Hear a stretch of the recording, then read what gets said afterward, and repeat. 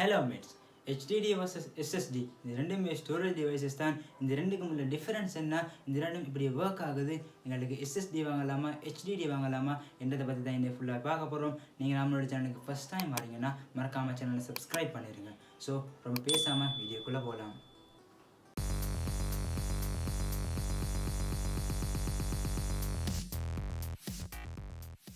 அதாவது means HDD hard disk டிரைவ்னு சொல்லுவோம், and SSD எடுத்துக்கிட்டிங்கன்னா சாலிட் ஸ்டேட் டிரைவ்னு சொல்லுவோம். இந்த ரெண்டுக்கு முன்னாடி டிஃப்ரென்ஸை கேட்டிங்கன்னா மேஜர் டிஃப்ரெண்ட்டாக ஸ்பீடை சொல்லலாம். HDDயை விட SSD மிகவும் ஸ்பீடாக இருக்கும். என்னங்க எனக்கு ஒன்றுமே புரியல.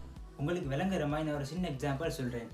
HDDயை ஹார்ட் டிஸ்க் டிரைவை நீங்கள் நடந்து போகிறதாக வச்சுக்கோங்க, அண்ட் SSDயை பைக்கில் போகிறதாக வச்சுக்கோங்க. இந்த நடந்து போகிறதும் பைக்கில் போகிறதும் ரெண்டுமே ட்ராவல் பண்ணுற மூட் தான், ஆனாலும் அந்த டைமில் வேகத்தில் டிஃப்ரெண்ட்டாக இருக்கும். அந்த மாதிரி தான் இந்த HDD அண்ட் SSD. HDDயை விடவும் SSD ரொம்பவும் வேகமாக ஸ்பீடாக இருக்கும். SSDயை விடவும் HDD எதுக்காக ஸ்லோ ஆகிக்கிறதுன்னு கேட்டிங்கன்னா, என்ன காரணம்னு கேட்டிங்கன்னா, HDDயில் இந்த டிவைஸில் உள்ளுக்கு மூவபிள் பார்ட்ஸ் இருக்குது. நீங்கள் ஹார்ட் டிஸ்க் டிரைவை டச் பண்ணி பார்த்து அவங்களுக்கு விளங்கும், அந்த மூவபிள் பார்ட்ஸ் உள்ளுக்கு மூவ் ஆகிறது, ஒர்க் ஆகிறது அவங்களுக்கு ஃபீல் பண்ணலாம். ஆனால் இந்த SSDயில் அப்படி எந்த விதமான மூவபிள் பார்ட்ஸும் இல்லாதனால SSD என்றாலே சாலிட் ஸ்டேட் டிரைவ் தான், சாலிடாக ஒர்க் ஆகும். அதாவது எந்த ஒரு மூவபிள் பார்ட்ஸும் உள்ளே இருக்காது. ஸோ அதனால் HDDயை விடவும் SSD ஸ்பீடாக எப்போவும் இருக்கும். அண்ட் இந்த ரெண்டுலேயும் இது வாங்கலாமா கேட்டிங்கன்னா, HDD வாங்கலாமா, அதாவது ஹார்ட் டிஸ்க் வாங்கலாமா, SSD சாலிட் ஸ்டேட் டிரைவ் வாங்கலாமான்னு கேட்டிங்கன்னா, நான் உங்களுக்கு இந்த ரெண்டுக்கும் உள்ள டிஃப்ரென்ஸ், டிஸ்அட்வான்டேஜ் அட்வான்டேஜ் உங்களுக்கு சொல்கிறேன். நீங்களே இது வாங்கலாமான்னு முடிவு பண்ணிக்கோங்க. நான் ஆரம்பத்தில் சொன்ன மாதிரி இந்த HDD எடுத்துக்கொண்டீங்கன்னா ஸ்பீடில், அதாவது வேகத்தில் கொஞ்சம் குறைவாகவே இருக்கும் SSDயை கம்பேர் பண்ணக்கூட. அண்ட் முக்கியமான விஷயம் தான், HDDயை விடவும் SSD ப்ரைஸிங்கில் கொஞ்சம் அதிகமாகவே இருக்கும். எதுக்கு அதிகமாக இருக்கும்னு உங்களுக்கு தெரிஞ்சிருக்கும். என்னென்னா கொஞ்சம் HDDயை விடவும் அது SSD கொஞ்சம் ஸ்பீடாக இருக்கிறதுனால SSDயோடைய ப்ரைஸும் கொஞ்சம் அதிகமாக இருக்கும் HDDயை விடவும்.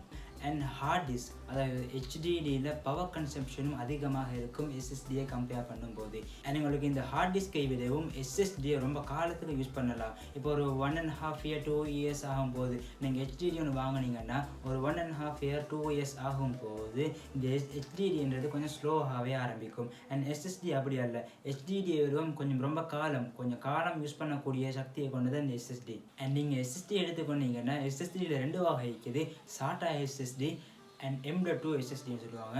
அண்ட் இந்த SATA SSDயை விடவும் M.2 SSDs கொஞ்சம் வேகமாகவே இருக்கும். ஏன்னா அது சைஸ்லேயும் கொஞ்சம் சின்னதாக இருக்கும். நான் உங்களுக்கு இமேஜ் கொடுக்குறேன். அந்த சைஸ்லேயும் கொஞ்சம் சின்னதாக இருக்கும். கடுகு சிறிதாக இருந்தாலும் காரம் பெரிதுன்னு சொல்லுவாங்க. அதே மாதிரி தான் இந்த M.2 SSDஸும் சைஸில் சின்னதாக இருந்தாலும் அதனுடைய பெர்ஃபார்மன்ஸ், அதனுடைய ஒர்க் அதிகமாக ஸ்பீடாக இருக்கும்.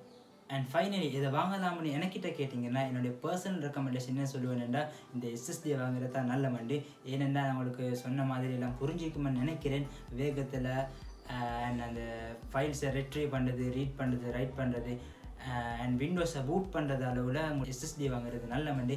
ஏன்னா உங்களுக்கு தெரிஞ்சிக்கும், நான் வீடியோவில் சொல்லியிருப்பேன் SSD எவ்வளோ வேகம் என்று சொல்லி. அண்ட் அந்த ஸ்பீடுக்காக வெளியே உங்களுக்கு SSD எஃபோர்ட் பண்ணலாம். ஆனாலும் ப்ரைஸிங்கை பார்த்தீங்கன்னா HDDயை விடவும் SSD கொஞ்சம் ப்ரைஸிங் அதிகமாக இருக்கும். ஆனாலும் SSD வாங்குறது நல்ல. இப்போ உங்களுக்கு ஸ்டோரேஜில் மினிமம் ஆஃப் 256 GB இருந்தால், இப்போ உங்களுக்கு மினிமமாக 256 SSD இருந்தால் போதும்னு நினச்சிங்கன்னா 256 SSD வாங்குறது நல்லது.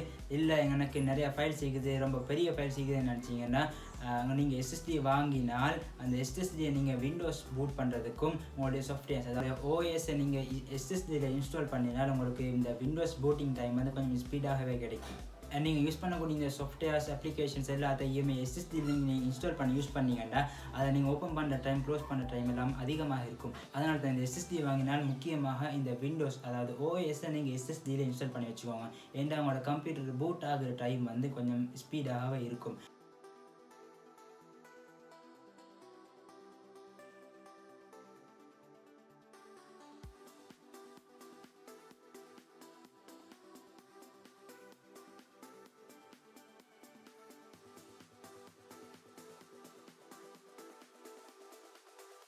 பிகாஸ் நானும் அப்படி தான் யூஸ் பண்ணேன். என்னுடைய ஃபைல்ஸ், டேட்டாஸ் எல்லாமே HDDயில் ஹார்ட் டிஸ்கில் இருக்கும். அண்ட் என்னுடைய விண்டோஸ் பூட் ஆகிறது OS வந்து SSDயில் தான் இருக்கும். இப்படி யூஸ் பண்ணிக்கொண்டு அவங்களுடைய கம்ப்யூட்டர் கொஞ்சம் ஸ்பீடாக, வேகமாக நீங்கள் க்ளோஸ் பண்ணி ஓப்பன் பண்ணக்கூடியதெல்லாம் கொஞ்சம் ஸ்பீடாக இருக்கும். இடத்தால தான் நான் SSD ரெக்கமெண்ட் பண்ணுறது. அண்ட் இப்போ இது வாங்கலாம் இது வாங்கக்கூடாதுன்னு உங்களுக்கு ஒரு ஐடியா கிடைச்சிக்குமென்னு நம்புகிறேன். வீடியோ பிடிச்சிருந்தா தம்ஸ் அப், வீடியோ பிடிக்கலன்னா தம்ஸ் டவுன். எதுக்கு பிடிக்கலன்னு சொல்லி கமெண்ட் செக்ஷனில் சொல்லுங்கள், நான் தெரிஞ்சுக்கொள்கிறேன். அண்ட் இன்னும் இதே மாதிரி டெக் சம்பந்தமான விஷயங்களை நீங்கள் அறிந்து கொள்ள மறக்காமல் சேனலை சப்ஸ்கிரைப் பண்ணி வச்சுக்கோங்க. அண்ட் உங்களை அடுத்தடுத்த வீடியோக்களில் சந்திப்போம்.